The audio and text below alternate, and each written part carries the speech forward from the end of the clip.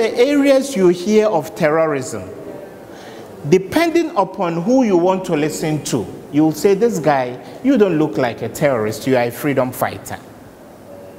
In Syria, the US decided to give money and logistics to rebels fighting against the government. What were they doing? They were putting on the same clothes ISIS and Al-Qaeda have been putting on. They were holding the same weapons. They were driven by the same motivation to topple the government. But the US sought to see them as liberation fighters. They called them people who were fighting for liberties, people who were fighting for democracy and all that. Then on the flip side, these same guys who are just across the border in Iraq, wearing the same clothes, using the same weapons, America says, no, your kind of fighting is not a liberation fight, it is terrorism. So it makes it difficult. Who are the bad guys and who are those who deserve to be supported? That is why currently many countries of the world have decided that they are just not going to swallow hook, line, and sinker who the world defines as a terrorist. Because people in Somalia, for example, Al-Shabaab, sadly, we lost an illustrious Ghanaian, Professor Awono, when he went to Kenya, and around that time, the attack took place at the Westgate Mall in Nairobi. Sadly, we lost a very important citizen of this country. But when you listen to the reasons why Al-Shabaab is fighting, these are domestic reasons. That was why when our brother mentioned subnational groups, I said it was important to put everything into the perspective of transnational or cross-border activities. Somalia is in the Horn of Africa. Somalia is right here. Then you have Kenya, and you have Uganda. All that the guys there are saying is that they want a certain system of government or a system of governance. So I don't think Kenya would have suffered any attacks or Uganda would have suffered any attacks if the world had not made the activities of Al-Shabaab transnational. Then here we have Nigeria, then Benin, Togo, Ghana, Burkina Faso, Cote d'Ivoire.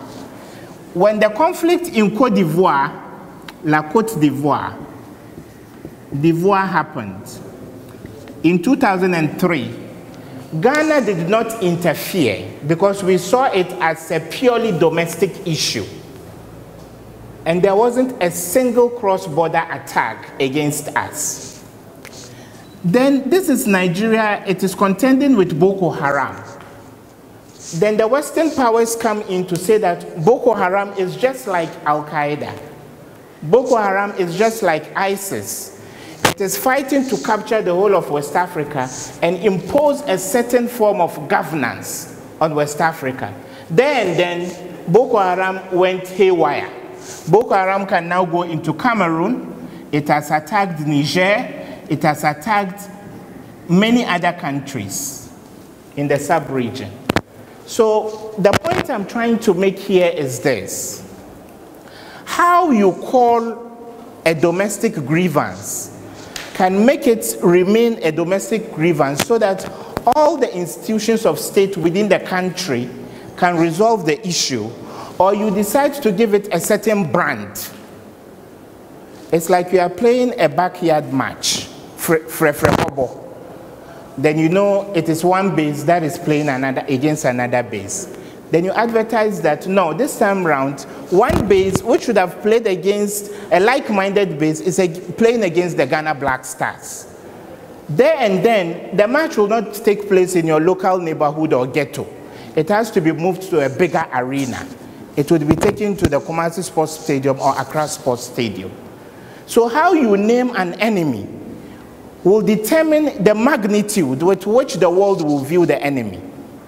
So if you give the enemy a big brand, the world will see it as a big brand worthy of being joined. But if you neglect it or ignore it in some cases and treat it the way it is as a purely domestic issue, it remains there.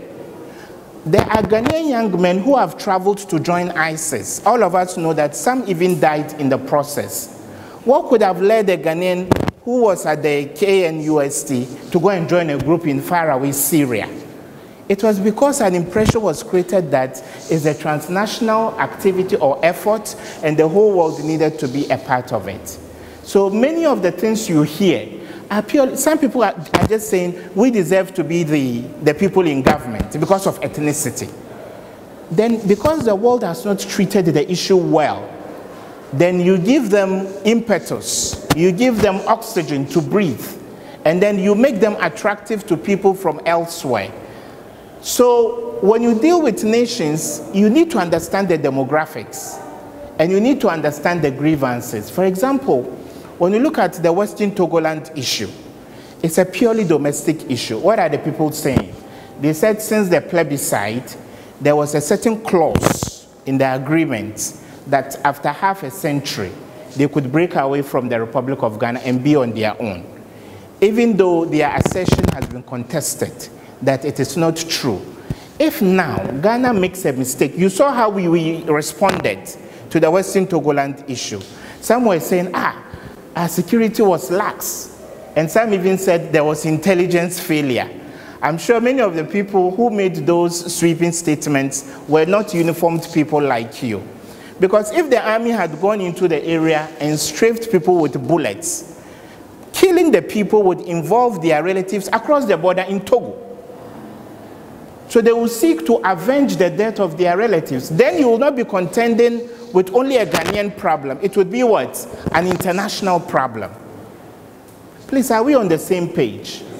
So when you respond to a terrorist or when you respond to people who say they are fighting for a certain grievance, make the grievance look small in the eyes of the world so that you can securitize the problem and resolve it.